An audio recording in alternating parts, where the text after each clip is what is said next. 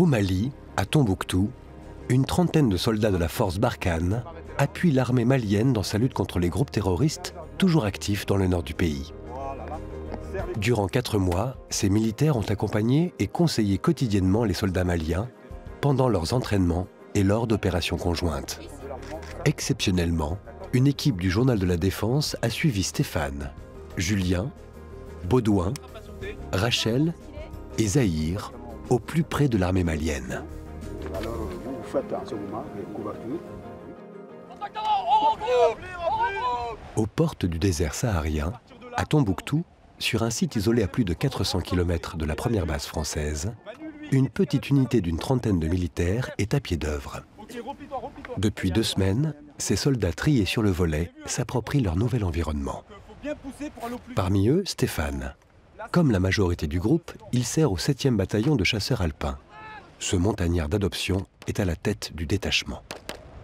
C'est une très grande opportunité au final de travailler avec des petites unités. Nous sommes 32, donc là chacun a vraiment une mission au quotidien, un rôle, et je dirais que là on est tous encordés sur le même brin. Donc voilà, des petites unités, donc forcément il faut que l'esprit de corps et de cohésion soit très fort. À ses côtés, Rachel vit sa première mission en Afrique. Malgré une certaine appréhension, l'infirmière de l'équipe va se confronter rapidement à la réalité du terrain. On arrive, on est un petit peu, au final, l'intrus parce qu'on n'est pas avec eux dans le même régiment, on ne se voit pas tous les jours, on ne les connaissait pas du tout. Eux, ils sont déjà un groupe formé et il va falloir que j'arrive à être opérationnelle avec eux. Donc c'est marcher avec tout l'équipement en plein soleil. C'était une expérience que je ne connaissais pas du tout. Donc oui, forcément, j'avais de l'appréhension de ne pas y arriver. Parce que généralement, moi je suis l'infirmière, il faut que je soigne les autres. Si c'est moi qui fais un coup de chaleur, bah voilà, c'était ça plutôt que j'avais peur. Est-ce que mon corps allait résister Puis au final, ça s'est bien passé. Ils ont déjà fait toute la formation? Oui. Tout ce qui est la moelle, la manipulation de À 39 ans, Zahir en est à sa 10e opération extérieure. Tireur d'élite, il va diriger l'ensemble des séances de tir au profit des forces armées maliennes, appelées les FAMA. Donc là, c'est la découverte. Donc voilà, c'est la première fois, c'était le premier contact avec eux, donc plus sur du tir. Donc avec le lieutenant des FAMA, donc il voulait une séance type. Au vu de la séance, au vu de comment ça se déroulait, voilà, il y a encore du travail. Pour eux, c'est nouveau. Ils découvrent une nouvelle gestuelle, on leur apporte quelque chose de nouveau. Donc voilà, il faut un temps d'adaptation. Mais à terme, ils vont y arriver. Ils y arriveront. Nous, on s'adapte facilement. On est bien un appui. On est bien derrière eux, on est là pour les conseiller, et on est un appui. Ah ok, allez vas-y, fais-toi plaisir.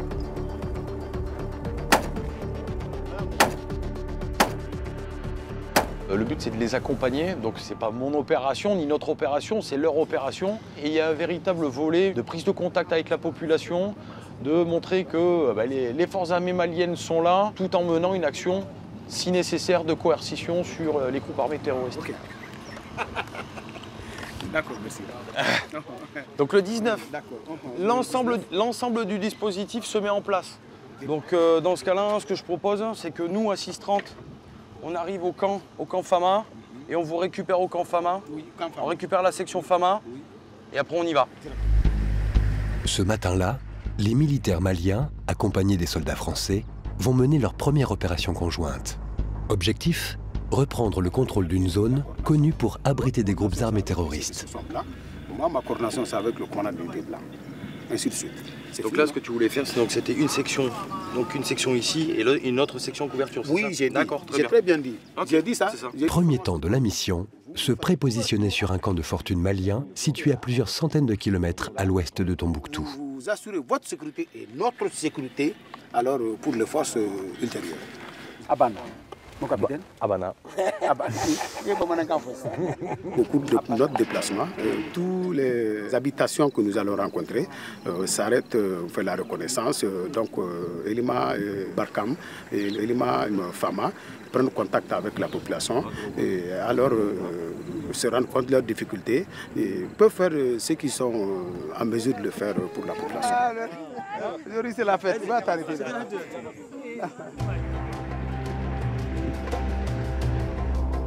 Dans cette zone désertique, la progression est difficile. À de nombreuses reprises, les engins blindés vont s'ensabler.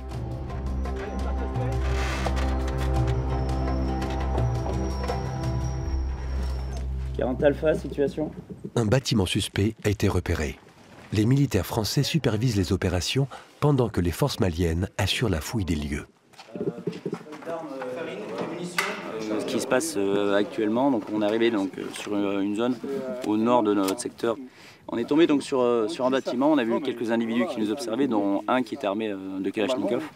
Donc dans un premier temps, on a pris contact avec eux. Et de là, on s'est, avec la coopération des FAMA, on a investi un peu les lieux, fouillé, on a trouvé une dizaine de Kalachnikov. C'est la grenade. Ça, c'est la grenade, tu vois. Les deux qui sont sur la moto engin, c'est eux qui dirigent, tu vois. Ils jettent l'engin sur les deux.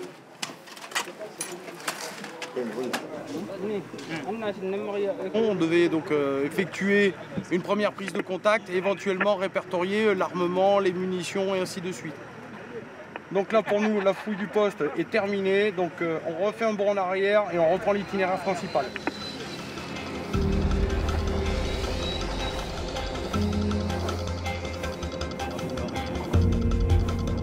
Au troisième jour de l'opération, les machines souffrent et les mécaniciens sont mis à rude épreuve.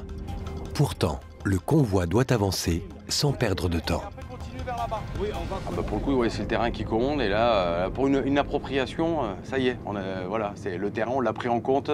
On n'aborde pas une dune, j'irai n'importe comment. Et alors là, pour le coup, lorsqu'on a un VAB qui est tracté, là, chaque passage est vraiment une manœuvre en soi, mais tout en gardant un dispositif de sécurité autour du convoi. Les FAMA, ils savent faire.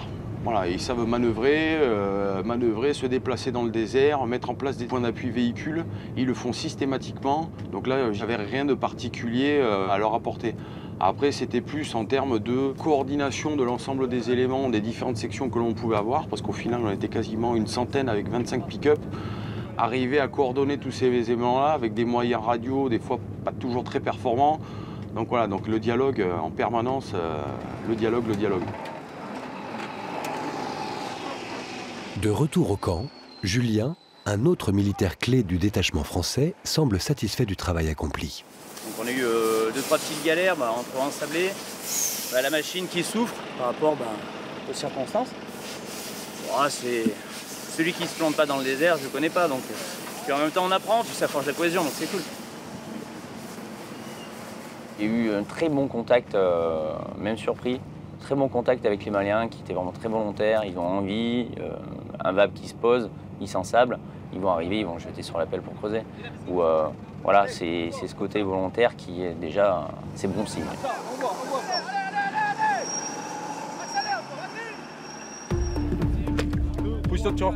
Plus de 2 mois se sont écoulés depuis notre passage à Tombouctou. Les traits tirés, nous retrouvons Zahir en pleine séance de tir avec les FAMA. Toujours aussi exigeant, notre tireur d'élite ne ménage pas ses efforts pour parfaire les compétences des jeunes soldats africains. Ces séances d'instruction sont devenues un passage obligé avant chaque départ en opération conjointe. T'as pris où en visée? La visée, tu l'as prise où? Vas-y, viens. C'est où que t'as visé? Non. Pour tirer, t'as visé où? Non mais où la visée? Je veux que tu montres. Quand on va être à 100 mètres, vous visez tous ici là. Vous prenez ici comme visée. D'accord, au niveau de la main. Vous avez tous vu? Ici. Je veux pas qu'on me dise j'ai visé là. Non. Tout le monde vise ici. Ah, si c'est. Ah, c'est pas bon. Avec le temps, il faut s'appliquer. Surtout la visée, le train de mire le guidon, la respiration, et tout. C'est compris? Voilà. Okay. Il faut contrôler tout ça là. Lui, c'est le futur tireur d'élite, lui. Ah, il a fait 15 sur 15. 15 sur 15? Ouais. Quel nom? Ils tirent bien, c'est déjà la base. Maintenant, il faut qu'ils aient tout ce qui est pédagogie pour apprendre aux autres. Ça, les DLAO, la Barkhane. À son niveau, Baudouin, jeune chef de section, s'emploie à transmettre son savoir-faire dans le domaine du commandement. La relation avec mon homologue, c'est, je pense, beaucoup fondée sur la diplomatie. C'est-à-dire qu'il faut réussir à amener la chose positivement et agréablement pour que lui ait envie de travailler avec moi. Et après, on mène la phase d'instruction. Et après, sur le terrain, mon boulot, c'est de finalement veiller à ce que toute l'instruction qui a été vue pendant les jours précédents soit appliquée sur le terrain. Ensuite, ce qui serait pas mal, c'est d'aller voir les différentes zones. Donc la zone de stockage des munitions, l'armurerie, la ciblerie, histoire de voir comment ça tourne. Parce qu'en fait, il faut distinguer. Même en termes de sécurité. Tout comme la lutte contre les engins explosifs, le sauvetage au combat est aussi un domaine dans lequel les militaires français apportent leur expertise. Et Rachel y contribue largement. Donc avec les FAMA, ce qui est difficile, ou peut-être au final un point positif, c'est d'être une femme. Parce que je me suis dit, comment est-ce qu'ils vont m'aborder, comment ça va se passer, est-ce qu'ils vont m'écouter, est-ce qu'ils vont pas plutôt me regarder et puis ne rien faire. Et j'ai trouvé des gens très intéressés, motivés, qui m'écoutaient. Tu cherches un turban, tiens, t'en trouves un. Voilà. T'as trouvé un turban? Oui. Donc vous allez faire quoi là? On dit d'abord il est en train de perdre du sang. Il perd du sang, vite, vite, vite. Il faut faire quelque chose. Parce que là vous êtes en train de faire une compression sur l'hémorragie. Donc ça d'accord, je suis d'accord avec vous, ça peut fonctionner. Pour l'infirmière, les doutes du début de mandat ne sont plus qu'un lointain souvenir. Aujourd'hui, elle s'épanouit entièrement dans son rôle de formatrice. Le travail de fond mené par l'ensemble du détachement français porte ses fruits. Quand on apprend des choses et qu'on est écouté, que les gens sont intéressés, qu'on a l'impression d'être utile, là forcément c'est quelque chose qui m'a beaucoup plu. C'était vraiment valorisant pour une infirmière. Passe mon tour. Le point fort finalement de cette mission, c'est qu'on n'a pas arrêté de bouger. On trouvait que c'était quand même assez agréable en termes de rythme. Vraiment, en fait, on n'a pas eu le temps de tourner en rond dans notre petit camp. Donc ça nous a permis de beaucoup rayonner autour de Tombouctou et de voir passer finalement avec nous plusieurs unités maliennes. 20 mètres d'écart entre le premier et toi. À 3 semaines de leur retour en métropole, Baudouin et ses camarades ont prouvé l'efficacité de leur action. Le détachement français a mené plus d'une dizaine d'opérations conjointes et formé plusieurs contingents maliens. Leurs successeurs vont poursuivre la lutte contre les groupes armés terroristes aux côtés des 4000 militaires français de l'opération Barkhane.